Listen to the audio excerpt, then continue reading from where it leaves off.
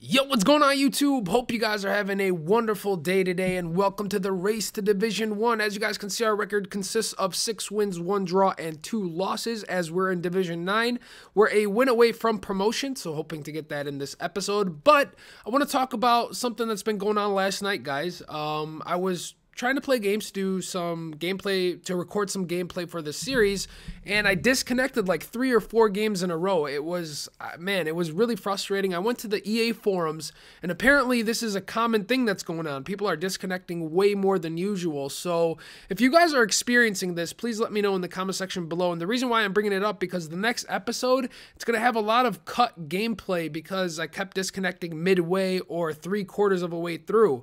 So keep that in mind. I do apologize, and I will be using a brand new team next episode. I'm going to go ahead and switch to a BPL Serie A hybrid. A couple of you guys have been saying to use Hazard on a team.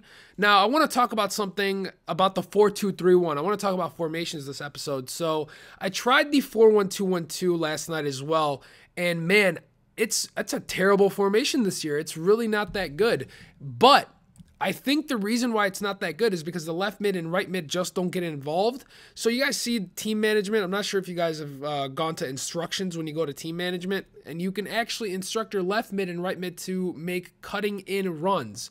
So I didn't do that in the next episode, but the episode after that, I actually started playing around with the instructions, and it makes a big difference. So if you guys haven't played around with the instructions to make your left mid and right mid play the way you want to play, make sure you go ahead and look into that, because you will notice a difference. As Candreva, who has been absolutely monstrous for me, he's all over the pitch, he's scoring left and right for me, he can dribble, he can pass. If you guys haven't used him on your Serie A team, you need to go try him out. He's much cheaper than Cuadrado. Obviously you don't have 5-star skills, but you know what, that's sometimes you don't need the 5-star skills. 4-star skills is plenty, but he's going to equalize right away, 1-1. Now we're in the second half at this point. The first half was a stalemate. We both couldn't get any sort of attack together. Right there, I could not believe Palacio could not head that in. There was no one marking him. I mean, there was a defender behind him, but I thought he would be able to knot that one in. Unfortunately, he did not. Luckily, Domenico Criscito opened net as he pulls out his keeper. That's going to be an easy finish, giving us the 2-1 lead in the 62nd minute. And then we get another corner, and I want to talk about corners a little bit now. So they definitely toned it down, which is huge. I'm very happy that it's not an automatic goal every corner, even though, as I say that, Chiellini goes up there and scores a corner for us, or a header for us.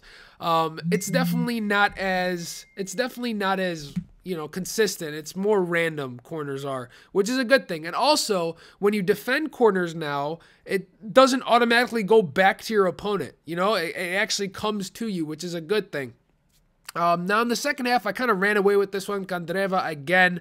Who else but Candreva at this point, who's just been scoring goals left and right, as I mentioned. And this one's going to end 4-1 as we ended up opening up the attack a little bit in the second half. First half was, oh man, it was brutal. Both of us were trying to get stuff going, and we just couldn't. So I mean, that's really my spiel, I guess, on formations and corners at the moment. So I'm still sticking with the 4-2-3-1. Let me know if you guys have enjoyed other formations. A lot of people are saying the 4-3-3 is really good this year. So we'll have to see if maybe we can go ahead and switch to the 4-3-3 and see if maybe using Hazard in the 4-3-3 will be good. Now, this opponent, I'm kind of bummed out, to be honest with you guys. A lot of people like playing against people with bad chemistry because they're like, oh, free win, free win. And then there's other people who are like, no, it's not a free win. There's handicap in this game, as we scored the first goal in the opening minutes of the match.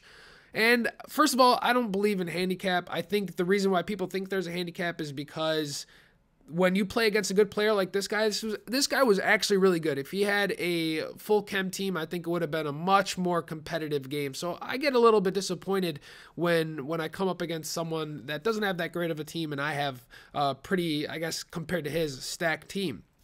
So he ended up equalizing, and like I said, he was a very good player, but his team just wasn't good enough.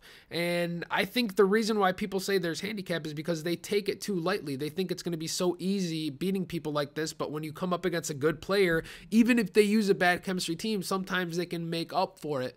But like I said, this wasn't really that competitive of a match, so it's going to be some dull gameplay footage. This goal, however, I did like the build-up play here. I was able to pass around a little bit. I was able to maintain possession, use Hamšík's strength to keep off a defender. And as you guys can see, he is second man pressing, and we're just able to find the open man. And just like that, Buenaventura ends up rolling it under the keeper, which is the go-to way to score this year on FIFA. Now, there is a patch coming out, apparently, the Day 1 patch, as it's called, and there is some fixes. I believe the goalkeeper AI is going to get improved. The dribbling when you are pressed a little bit is going to be decreased. So if you try to dribble around a defender, I'm guessing they're going to tone it down. I'm not positive on this, but that's the patch notes I saw from someone on Twitter who posted it. I believe it already came out on PS4. So PS4 users, let us know if there is a patch, and let us know if it improved the game at all. From what I understand, it's supposed to, but as you guys know, we don't know what EA is doing. I mean, they said they were going to come down on coin sellers and people who promote coins, but I don't see any of that. You know, I don't see any of that yet, but we'll have to see. With that said, guys, we end up winning Division 9 as well, and we're on to Division 8, which you guys will be able to see gameplay footage next. Keep in mind, guys, the gameplay footage in the next coming episodes, they're going to be halfway through Division 8 because of all the disconnects and random things that were going on that were combined with my wins. So keep that in mind. Please stay tuned for this episode. Hopefully you guys have been enjoying. We'll be back with a trading episode probably tomorrow. And with that said, guys, we'll see you really, really soon.